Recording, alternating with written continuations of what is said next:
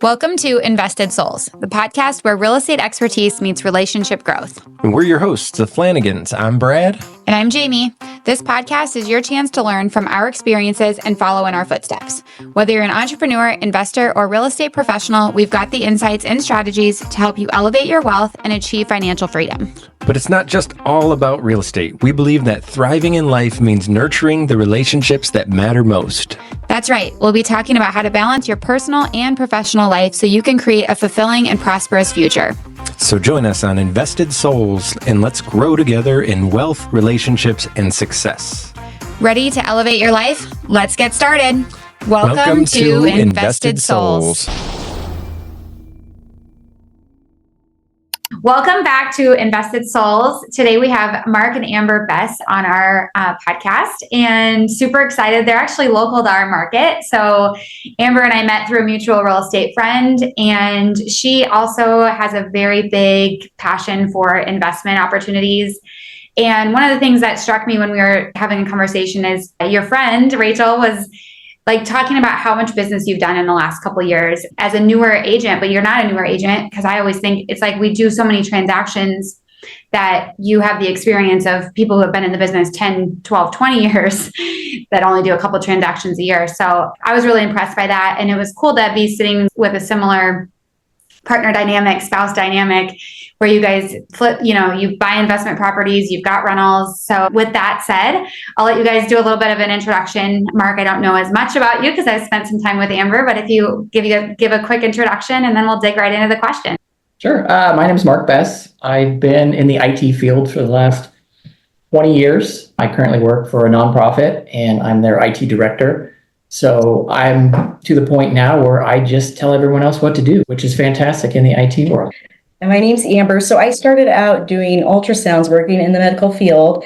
And then we started investing in real estate about like 2021. And then I was like, oh, I'll get my real estate license because it'll help with that. And things just kind of progressed. Right? As an agent. Discovered the calling. Yeah, for sure. Yeah, it's fun. We get to walk any property we want to because she's an agent, which makes things a lot easier. Instead of scheduling it, waiting for the agent, it's like, Amber, let's go over lunch and check out this property. Absolutely. So you actually go to properties with Amber. Oh yeah, he's like my inspector. I'll take him, even when I'm working with clients, I'll bring him with because he can just see things that the average person doesn't see. I just call him my Awesome. inspector. Well, I mean, we flipped a couple houses, so you kind of learn quick on big ticket items, what to look for. And it really helps to have a flip under your belt to be able to walk properties. And since we've walked so many properties, we see all sorts of different red flags. And so it's nice to be able to walk with Amber's clients and go, okay, look at this. So it helps out. That's an amazing value add, right? It's like the agents who do really, really well have these like unspoken value adds that we don't necessarily, it's not like something that we're promoting or anything, but it is definitely like that was a value add. Then you get referred somebody and it just organically, I assume that's how your business has grown, is like you have an eye for things that other people aren't seeing.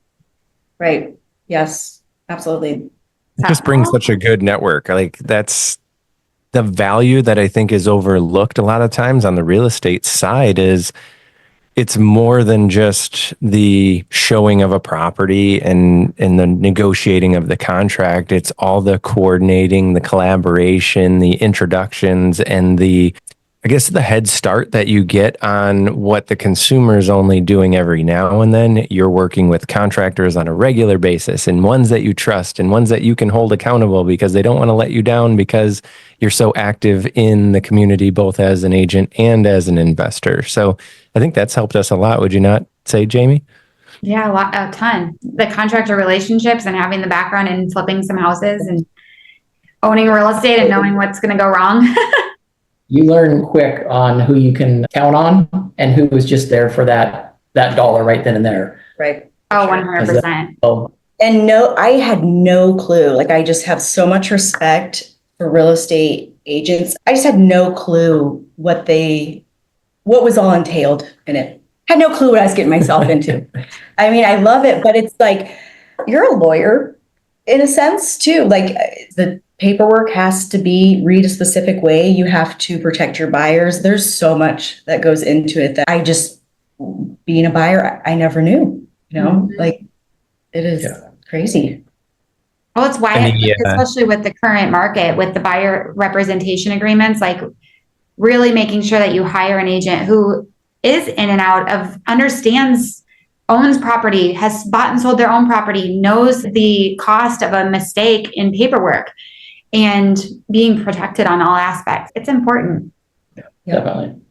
Just to add color to that, any fun stories with regard to those things that were found maybe at the closing or post-closing? I know we've had our fair share of washers, dryers, refrigerators, those kinds of things. Going through one right now, but I'm not going to talk about that. Talk about that one. No addresses or everything names. you mentioned, you can just put a check mark next to check mark next to that. I think it goes a long way too, though, because like the consumer that decides, hey, I can tackle this on my own. It's just some paperwork. It's just like listing it online, something along those lines. But then to realize the accountability that comes with having the professionals involved in the process is a big deal. Fridges and appliances and things are not cheap these days. For sure. And there's just a lot of great agents out there. I've had great experiences with and just met a lot of great, just wonderful people. And that just makes my job so much easier. So, Yeah. But there's always that black sheep in the crowd that kind of ruins it for everyone. But that's with anything in life. So it's not just specific to real estate. Sure. Well, it's hard. We have 3,000 agents in our MLS, and there's lots of different companies and lots of, you as an agent, you take 2 classes, you take a test, and you can technically transact real estate. So everyone comes from a different background of what they know. Some people have never read through the contract when they write their first purchase agreement, and we're all navigating those challenges together. So it's like when the agent on the other end has never written a purchase agreement, and I've gotten a blank one, all signed. I'm like, you do know that there's no price in here. Like I could fill this in and it would legally be signed by your client.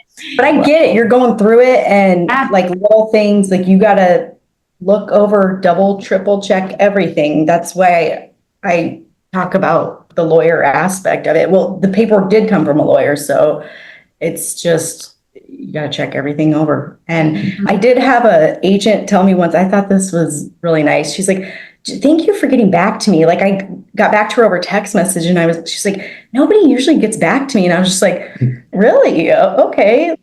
But I get it. Like they get busy and stuff, but I don't know. There's just been I've made some great relationships out there with agents that just been very helpful. Yeah. That's amazing. So before we started recording, we were like kind of recapping today, and I just want to ask this question again. But what are the challenges of working with your spouse? I said everything. I mean, you can name it and you can say, yep, we've done that. We had to deal with that. I'm kind of a micromanager. I like control. Yes. Like I'm working on that. But every time we flip a house, every time we get a house to flip, so we're getting on our like 3rd one to do. I really don't like doing flips, but it like I always say, it like feeds the machine to get more capital to invest more. But every time we do a flip, we almost get a divorce every time. Us too. With doing a flip, we don't even podcast in the same room. Yeah. You see this. With doing a flip, there's a set of, you have to follow kind of a path to get to the end. So you can't do something before you do something else. And sometimes Amber gets really excited and it's like, well, I want this wall done. I'm like, well, I can't do that wall until I do this and this and this. And so I just want a list though. Like I need to see it. And like check it off the list. That's just how I am. And I'm the guy that just, okay, I know what I need to do. I have it in my head. I have the checklist. I know who to contact. And so I'm doing all that, but I don't provide her that list. And so that's awful. So having a detailed list that you can then cross off to give to a spouse that likes to micromanage, perfect. Otherwise, you're just going to run into issues. You have a list, Jamie. I think you were talking about it. We literally, I had some struggles because we've had growing pains with my team. And which is amazing. Growing pains are good, but then you have the struggles of like, I'm not necessarily the one to go. So after we take a listing, I'll write down like needs new light fixtures, needs this, this, and this. But then I realized how many things I was missing, but I expected to be done.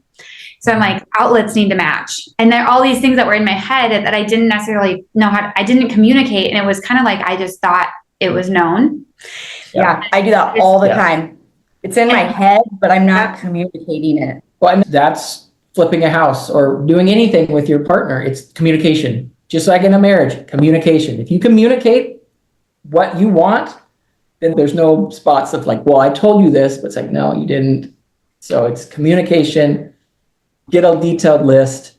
Those are some big ones. Well, the last property, it's not, we live in Papillion, so we like to invest in Papillion. We just like this area. So we have a rental a few blocks away, and it just went so smooth. Like we went in and Mark did some renovations, and I was like, gosh, that went really smooth. And he's like, because you weren't micromanaging me. I was so busy with real estate, doing all the other with stuff. clients, and I was like, I didn't have any time. I was like, you got this. And he did. I felt like I did really good. There was a couple spots at the end where I ran out of time. I didn't get to clean as much as I wanted to in certain areas. Yeah. But other than that, it was like he'll do a lot of the work just because it's more like a trust thing. Like he knows what he's doing. He trusts himself. Yeah. And then we hire some work out too. It matters how we need to keep the numbers, whatever we need to do to make the numbers work. I mean, you guys know, like when it was really, hard to get properties, and those properties that have 20 offers and just an insane amount of what investors are willing to pay for these properties. I'm just like, how do you make these numbers work? Yeah. Well, sometimes we have to pay a little bit more, but we know that we can make it work. Like we'll do whatever we have to do to make it work. Yeah. In an ethical way. I'll get up at 4 a.m, work until 8:30, go to work. Oh my God. Get stuff done. Because then when we get home, we have 2 young boys and I want to spend time with them. And so sometimes it's a big struggle, but again, a flip is 3 months. Yeah, it's temporary. So you can work through that to get it done, to, like Amber said, feed the machine to get more generational wealth for our family. So yeah, it's have funny you that leveraged your IT strengths? I would imagine one, it's process oriented, so there's that. But have you leveraged anything? Do you have any proprietary stuff that you've found works? no, Amber has all the calculators and everything that she's gotten off of different sites. But other than that, it really isn't too much IT related stuff. I mean, you could really go down a nerd hole and do all this kind of stuff. But then at that time, you're spending all that time, and that amount of time I could have built half a house. For sure. Yeah, No. so it's and people will they'll hire someone to do like their color scheme and do all this stuff. It's like you're flipping a house. You don't have to do all that just because you have a budget, right? I mean, you got to stay within your budget, and labor is expensive too. So, and with our flips, we pretty much use the same lights, the same fixtures, the same paint color, the same trim, the same type of flooring. We know all the Sherman-Williams paint colors, which is handy. Like that's handy for clients too. It really is. super handy. I know, like you were talking the other day, you're like, should we use, what was it? Like it was a gray or whatever. I probably said agreeable gray or agreeable gray. I'm like, yeah, I know what that is. Like, it's so funny. That's what we used to It's so funny, like how the investing helps make you the best agent you can be. There's things that I know that I've learned from other investors. Like you were talking about the 90-day rule. We just had that on and like a lot of people may not know that, There's lenders that don't know. There's lenders that don't know. I mean, clearly, we have a deal going right now, literally right now. By the time the podcast gets posted, hopefully it'll be closed. But we have a deal going right now that Brad called the lender, had an actual conversation with the lender because the pre-approval was FHA, and he said, hey, this is going to violate the 90-day flip rule. Can she go conventional? He was like, oh yeah, I don't even know why. She was thinking that she was needing a rehab loan. Anyways, literally last week, he goes, I think it was last week, right? He goes, oh my gosh, we're running into the 90-day flip rule. Have you heard of this?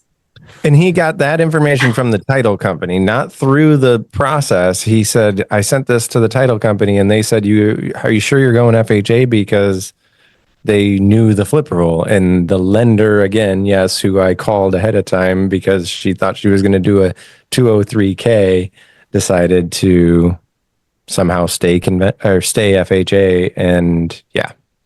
Even though, yeah, it Fortunately, was disclosed prior, like this won't go FHA because of that.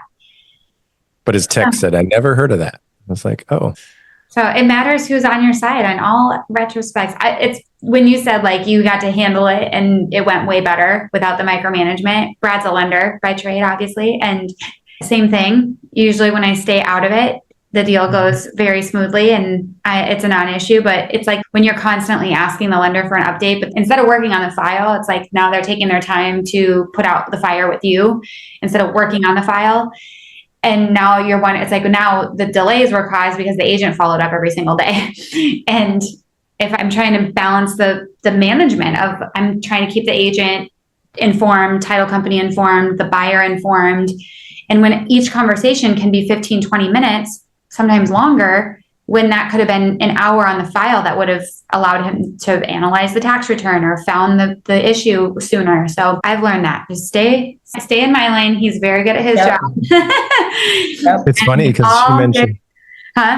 she mentioned like the part of the job is like attorney, but then there's also that counselor / like psychologist type of a function as well. And you manage the emotions. Like what I've found, even from the negotiation stage all the way through closing, is the agent often dictates the tone or the stress levels that the seller or buyer experience, because they look to it's like the North Star. If we're uptight out of the gate about it being VA and we're going to scare the seller that VA appraisal is going to ruin the world, then they take that stress and carry it from literally the time they put their signature on it till the time they get to the closing, because they just were worried about what might happen and what challenges might come instead of the more optimistic and, I guess, enjoyable part of it. Yeah. Yep. Don't worry about it till you got to worry about it. Yep. Yeah. I just was thinking, I had something in my head, so I might ask this question and totally go off the tangent, but okay. Oh, I was going to ask you guys, okay, so working with your spouse, like that is, so it's a challenge in itself. Have you guys created like processes now where it's like you identify this is your job and this is my job and we aren't going to cross paths? Like whenever we talk to a lender and he always wants to see like, hey, what's the rehab budget? So I'll be like, Mark, rehab budget. And he'll make that up on a Excel spreadsheet. Yeah, I got a spreadsheet that I've used multiple times. I just go in there and just kind of update the numbers, estimate costs. Yep. We have a quick and dirty way to analyze a property. I don't know if you guys have heard this, like if it's just small cosmetic or if it's like a medium rehab or like a very heavy rehab. I'd say our first flip was kind of medium to heavy, but we've never done like a heavy where it's like down to the studs or anything. Right. But we'll just use like I guess labor and everything's gone up, but we would just use like $30 a square foot or 40 or 60 based on, and it kind of gives us, and it's been pretty accurate. Yeah. So we go to a house and it's pretty minimal. It's like, okay, well, square footage, $40 a square foot. That'll give us a rough number. Yeah. And I always look at that's worst case scenario, that number, because we can always cut corners. I'm not cut corners, but we can find cheaper material and then we can analyze a property right then and there. Like you'll do more work. Like we won't hire out as much work. So like you can do a little bit more. That's why I like to buy places that are like close to us and stuff. I don't know. He enjoys doing that. And I'm like, it probably is therapy, like to get away from your kids for a while and do that. Like just Why are you laughing, Brad? I gone over there and like helped him. I'm not handy. I painted the room I'm in right now. But I'll go over there. We've gotten like babysitters and we've like gone over to the house, like I'm like ripping nails out of the floor. I mean, it's terrible, but I usually get really nothing done when Amber comes. Yeah. Because I'm just babysitting her. Yeah. Like, how do I do this? How do I do this? Yeah. Fine. All right, whatever. It's bonding time for us. Yeah. So she has fun. She can then go back and say that, she's flipped a house and she's thrown the hammers around. Yeah. Mm-hmm. So it's good. We've created such boundaries that I don't even really get. Sometimes I don't even see the properties. Like, so I was like, you go with Amber to go to the properties? But then it's good because I stay in this like optimistic. I'm the bank contact. It sounds like you put that stuff together. I'm the back end, and I'm able to gather enough information from her, share it in a concise manner with the banker, give them, we've got the resume, of course, that we're very systems oriented in the sense of same contractors every time. I know she does stay with trends or timeless stuff when it comes to anything that we're personally flipping, but there's some designer consultation, I think, depending on the level of property that we get into. But I have a really good, so the lady that helps with our staging is like, she'll just charge me hourly and it's very reasonable. I'm like, oh my gosh. And she'll go like shop it. So she's like, oh, this was out of stock. So I picked something similar and it's like the trust factor, right? I'm like, okay, this totally would have taken me 8 hours and it takes 2.5 hours because she's quick and her hourly is totally fair. You know, yes, it's considering, but it totally makes sense for us. And I used to pick all this stuff myself. Oh, I can't do that. I'm like, that's not my wheelhouse. I tried it once. I went like to Ace Rent to Own because I knew another gal that was doing that. And I tried to do it. I ended up getting rid of all the furniture and bringing a stage or bringing in a professional. I'm like, it is not. She was spending hours wandering around trying to find stuff. Oh my goodness. What am I doing? Pay a professional. That's not my thing. They come in, it looks fantastic. Yes. It's not worth it for that couple $100 that you're going to save. No. But Mark's really good at like, he can walk into a house and be like, okay, I see this. Like he can see, and I'm getting so much better at that too, like seeing the potential in it. I remember in the beginning, I was just like, I don't see that. And I think buyers, that's really hard for buyers. You know, a lot of times they want that house that's already fixed up but it's like, you can add equity if you buy something that needs a little bit of work, if you can just see the value that's there. Like the oak cabinets, that's all, you can change everything, you know? So we had a house for sale in Papillion, and the previous owner had poured like a 10 by 10 concrete slab in the back. Yeah. We didn't have anything out there because I'm like, this is straightforward. It's just a little seating area. You can turn it into a fire pit. The agent said the buyer didn't know what that was for. Multiple agents are like, yeah. And I'm like, what is that area for? So after that, I got some patio furniture, put it out there. No one questioned it ever again. But it's like, you have to sometimes crazy put something there Yes. because they can't see it. Like if a room, like, oh, this could be an office, stages it. Put it in office. Put it as an office. Yeah. Yep, it's so true. And that's like such a value. That was something that when I started working with like first time home buyers, being able to educate on, because they don't know how much equity they're going to get by doing something, but it's like, oh, this house, if we got it at a better deal for, you know, if it's a $180,000 house and we get it for $170,000, or we get closing costs paid. Now, and you paint the cabinets and everything that has the painted cabinets and new carpet is selling for over $2,000. Like that's a huge win. But if you don't feel comfortable, and obviously you can't guarantee equity or anything like that, but just here's what the area and the neighborhood is supporting if these things were done. And it's amazing because now looking back, like that's when your clients reach back out to you because you were trusted. You help them make a lot of money and you help them make a solid financial decision versus the agent who's like, okay, yeah, I agree. You guys should just buy, you know, they want the pretty house. So let's go find the pretty house without them actually knowing what they were giving up to get the pretty house. Because as long as they're educated, go buy the pretty house. If you don't want to mess with it and you absolutely have zero desire and zero time to do fixing up a property, 100%. As long as the buyer understands that versus me getting the calls when they worked with somebody else and they're like, I'm upside down because I didn't know any better. Yep. And I think it's figuring out exactly what they're looking for. And if they are handy, you know, I always say if we could go back, I would have loved to do like, I don't know if you guys did this, but like the house hacking where you live in a house and you just fix it up. Like we've never done that. We built our house. We will be here forever. We'll never sell this house anyway. Never say never, but we're not going to sell it. We'll rent it. I'm always trying to get him to like, let's go live in this house. Like it would be an adventure, like to just go live in a house, fix it up. Because this is recorded. What? I said this is recorded. I mean, 5 years ago, I was not like this either, but I just think it would be kind of fun, you know, like we did a flip, a big one. That's Yeah. what we did. And gosh, it made like some great memories. And we were so lucky that the successing buyer knew that it was important. He commissioned a painter to paint two Oh. different portraits of it from the front and the back. And Oh. it's forever in our memory. And Yeah. I actually prided myself on not getting attached to properties, but that one did surprise me that we got attached to it like we did. But And you It's- sold it? You say you lived it and sold it? we did, yes. And you look back and you're like, I wish I would have kept it. A lot of times. I do. We do. You Yeah. don't? You're like, no. No, I want it. I wish we kept Oh, it. you do want it. Oh, okay. Oh yeah. And what do you think, Jamie? I think we were pretty much renovating that from the day we moved in to Always the had day something. we moved It out. was like how many square feet was it with the loft?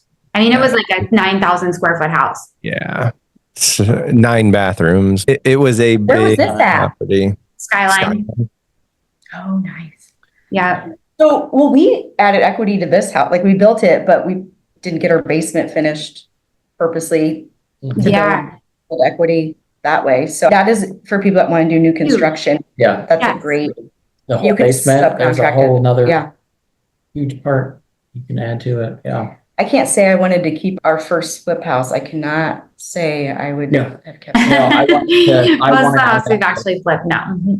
Yeah. It was. No, it the was- live-in portion of it is what gets you because, like, Yeah. we knew going into it. So if you are aligned in those goals, but like you said, the challenges in working with your spouse, now you never leave work because that home becomes the work. Yeah. And so I remember we like moved down. We like first we moved everything upstairs and then we moved everything downstairs because even the kitchen was torn up. It was moving structural load bearing. We're like Mm. cooking eggs on a dorm, you know, the little like burner things that you camp Yeah. with. We're like up in the loft. We have 2 kitchens in this house and we are up in the loft cooking eggs on that thing because we had rented our basement out. So we were like I love house that. hacking at its finest. Like we had people That's in a the good basement. house hack. Did you guys have kids at the time? Oh yeah. Oh, yeah. Oh, my mom was mortified. She's like, I can't believe you have a baby who can crawl through this house. And I'm like, oh, he was fine. I always want to rent out our basement. I'm like, we got to rent out our basement, but yeah. No. I think it's hard, with kids, but see, yeah, We have can do it. 2 boys that Yeah, they get into They would- everything. no. People That's downstairs, what- but can you guys be quiet? Yeah, That's that good. would be hard because it'd be like I was like, I wonder from a rental standpoint, if you're worried about the renters with your boys or your boys with the renters. And it's like my kids would No disturb. boundaries there. They'd Yeah, be down they would be there, down there all the like, time. Like, hey, can we What's go? up? Yeah. Yeah. like just an Airbnb, like that We- would. Our Airbnb tenants would babysit our dog. Like one of them, Jimmy, I'll send this podcast to him. He was one of our tenants that rented at Airbnb because he worked locally, but he lived full time in Kansas somewhere, I think about 3 hours away. I can't remember where, but he was staying with us. And then I think he'd go home on the weekends, but he loved our dog. So Bailey, we'd let her down in the morning and she'd go down there and hang out with him. And I was like, this is so great. Like never would I have thought that we would rent. I was like so mortified of like, don't jump on, our guests and make sure that we're protecting. But then it was like, no, there is a free for all. We're all big family at that point. That's cool. He's always done a really That's the good thing about our job. tenants. We have like wonderful tenants, like and good Yeah, they're relationships with great. them. Like just one in Fremont, out at this townhouse in Fremont. I'm selling another townhouse in Fremont and the signs blew over and she went over there and she like fixed my signs and so I didn't Aw. have to come, make a trip into Fremont and Yeah. they're just like the first time I met her, she's like, are you a hugger? Let's hug. Yeah. They're just Yeah, They're they're great. great people. So I think the message gets communicated well in your marketing because there is a marketing aspect to the investor world. You have to find the tenants. And Jamie's always done a really good job of having transparent messaging in whether it's long-term or short-term listings. And then by default, you draw in the people that you would work the best with. And I think that's overlooked because, and it might be why you get so many horror stories is that landlord, the business owner doesn't have the ability to communicate the message as opposed to just saying, I need to fill this space. Like, if we're going to do this, why don't we fill it with people that we can mesh with? I know she's converted a lot of people into being clients, which is another ecosystem all by itself. Have you had that experience where you've brought people in and then been able to actually sell them a property in the future? I think I had one, but then he ended up moving out of. we had one that showing was him. actively looking, and then he got a job offer out of state, and so he had to leave. And I'm pretty sure our current tenants in I still like touch base with him. Like that's how great he was. And I'm like, let me know when you want to buy a place because I'll interview somebody and I'll find you an agent, someone that you could trust. So but when our tenants are ready, guaranteed they're going to go right to Amber and be like, all right, Amber, we're ready to do it. Let's go. They'll be really excited. I actually sold a house right by our rental, so I'm like, I got to introduce you to our tenants. Hopefully they've met by now, but they're great. That's a huge thing, that like connecting people. And that's another thing that people complain about moving into a new neighborhood is not knowing anybody, and how it's like we all pull into our garage and we shut the garage door and you don't see your neighbors. So just what you just said is like connecting people with at least somebody else, a familiar face when they move into the neighborhood.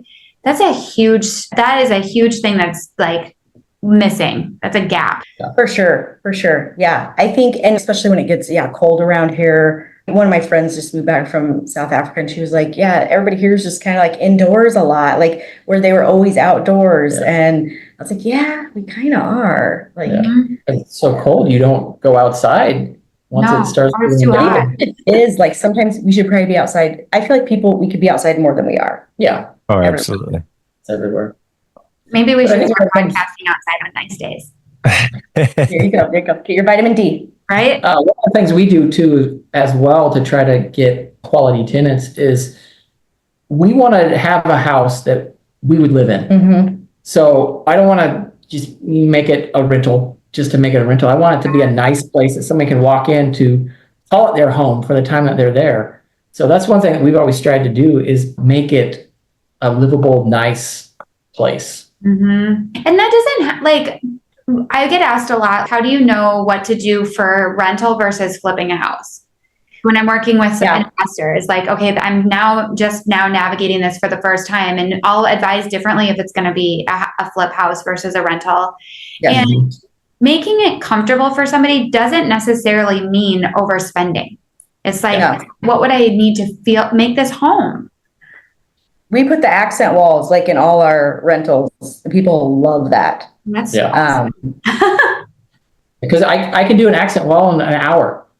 It takes no time, and the wood is cheap. It's for wood and paint. It's like $100. Unless they want like something fancy, like if they want anything fancy, then that's different. I'll tell them not to do it. But just those abstract ones that you don't have to measure, those are great, and they look so cool. Yeah, and it does add value. People don't realize it cost me $100. Oh my gosh. 50 if I already have the paint. So it's your time though too. My time, like but, time is money. Yeah, for sure. But still, it adds. I mean, somebody would probably charge you how much would somebody charge for an accent wall? Do you think $800, depending on $800 to $1,200? Yeah. Right. So Amber will give you one for free. Yeah. I'm not familiar with this story. Closing gifts are a topic. Yep. I was like, buy with me, get an accent wall for free. Yep. I do give good gifts. I kind of let people pick and stuff. Yeah. But it's nice to have something meaningful too, and it's cool that it's a signature. It's not just like the basket that has miscellaneous, because nobody pulls out the Clorox wipes and say, I got these from my agent. But when they invite people over and they see the wall, oh, that's awesome. Isn't it? My agent actually gifted that to me. So that's an amazing touch to put on there. Not just sign it and put your phone number on there too. On the bottom right corner. Kind of feel like it may add a little bit more to the house if they ever want to sell it, because they walk in, it's like, oh, that's a nice accent. Every one that we've ever done, people always comment on and go, that's really nice. And I just So when you've done that for clients, do you go in after closing and then coordinate with them? Like, okay. Yeah. I try to do it as quick as I can after they close, before they start moving in. So I'm in their way. But For I mean, it sure. takes me, And it depends on the client too. They might not want Yeah. that, that, or they don't know how they want to decorate and do stuff yet. So, but I love that so much.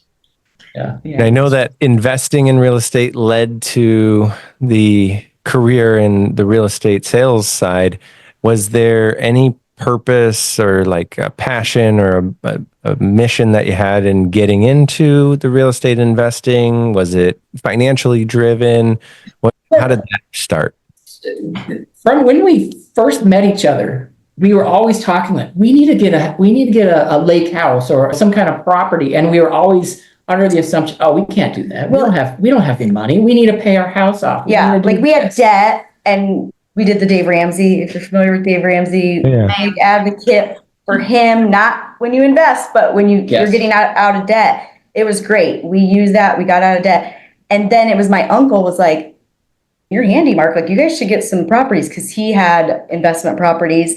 And I was like, yeah, once we have our mortgage paid off, did the 15-year mortgage. But then we learned about, like leveraging your money, like borrowing money is better. So that's doing the Dave Ramsey got us debt free so we could invest in real estate and I'll say. feel fine about doing it without And having. consumer debt is so different than real estate debt, right? Like, Yes, It's true. it's such a different, it's hard because it's like a lot of people associate debt as just a global thing. It's my house, my credit cards, my car payment. But we talk about our car payment a lot, and Brad had his paid off, but then we borrowed against it to buy a house. And so that's actually real estate debt. We just got creative with how we bought the real estate. So we do have a car payment, but it's because it makes more sense to get it. The interest rate was cheaper and their closing costs are much less to get a car loan. That's so smart. And I have a car payment now too, and I never thought I'd have a car payment because we would just pay cash for our cars, but it was a write-off for tax purposes for the bonus depreciation because we had a flip that year, and it was like, if you're going to do it now. And we got more money like it saved us money by buying a car than not. So and that's the other thing is just sense. like the tax benefits. There's nothing else comparable to the tax benefits that you get investing in real estate. You guys align there, that's for sure. Jamie is a big advocate of the real estate business just because of the tax strategies, and then the fact that now it's an active participant is even better. Yeah. Well, if you make $200,000 and you pay 30% in 60 grand, or you can invest in real estate, get the depreciation and pay nothing. I'm sorry, but like I would much rather add 60,000. I mean, that's $5,000 a month in cash flow, just in the tax benefit, based on, obviously talk to your CPA if you're watching this, but You're not a professional by any means. none of us are tax professionals on this. And on the other side too is you are now providing a home for someone that couldn't afford to have a home, but you're providing a nice place for them to live. So there's win-wins all the way around when you really go down and look at it. So absolutely. And that's what I continue to see us having to battle, is that, like you mentioned earlier, there's always like a bad apple. And that's unfortunately like what makes it difficult for everybody. I've been reading this book, Economic Facts and Fallacies, and it gets into how the government intervention into things often ends up having the opposite effect. So if they're pursuing affordable housing, but now we have all this extra regulation that costs us money because we have to have a registry and we have to have inspections and they have to raise the taxes because they got to cover all those costs. Now we're just continually adding costs. And oh, by the way, investors are it's not less appealing for us investors to go and participate. So now we're not creating as many homes in that now has a imbalance in the supply and demand, which ultimately just results Will you say that book again? Because I think it's anyone who's listening to this should honestly, that's I mean, I haven't read it yet. I'm going to read it, but just from what you've told me, I think that it's a good one for everyone to read. Yeah, Sowell is the author, Sowell, and it's Economic Facts and Fallacies, but he's written a ton of books. So that particular one is fantastic.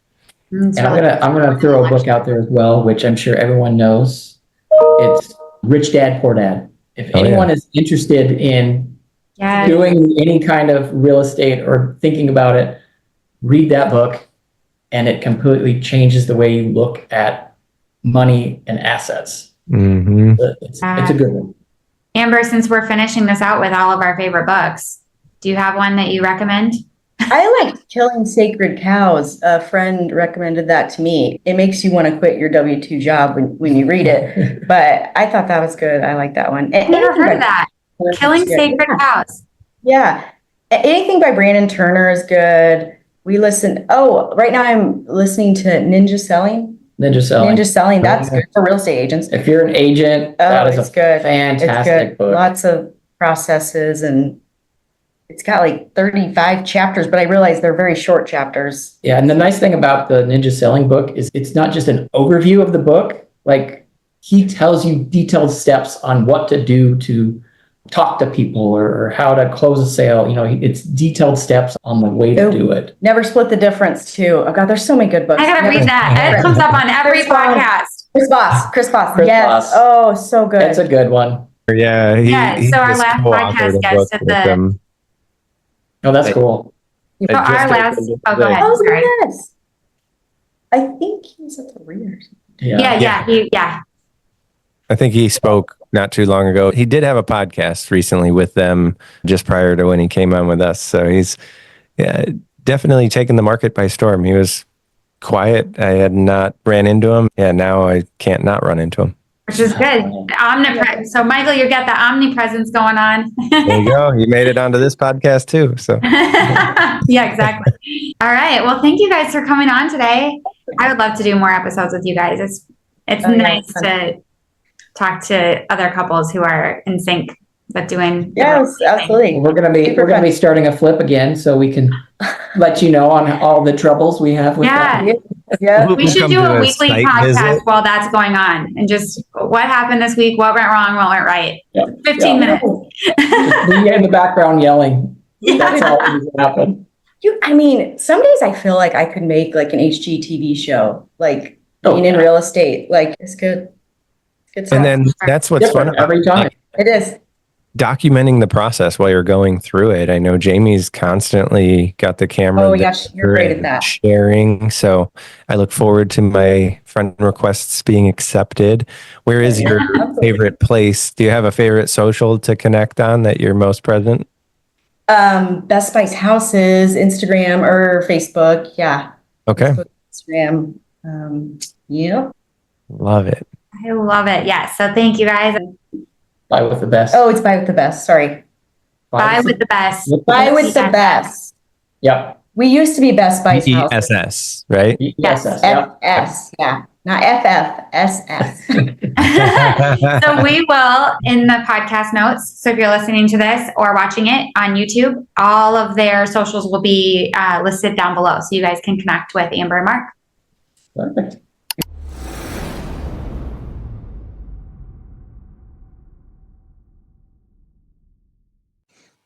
Thanks for tuning in to Invested Souls. We hope you found our insights valuable and feel inspired to elevate your real estate and relationship goals. If you enjoyed the episode, please subscribe, rate, and leave us a review. Your feedback means a lot to us. Follow us on social media for more tips and updates, or visit bradandjamieflanagan.com. And to find out more about our Real Estate Wealth Accelerator, don't hesitate to reach out. Until next time, keep investing in your future and nurturing your relationships. Thanks for listening to Invested Souls.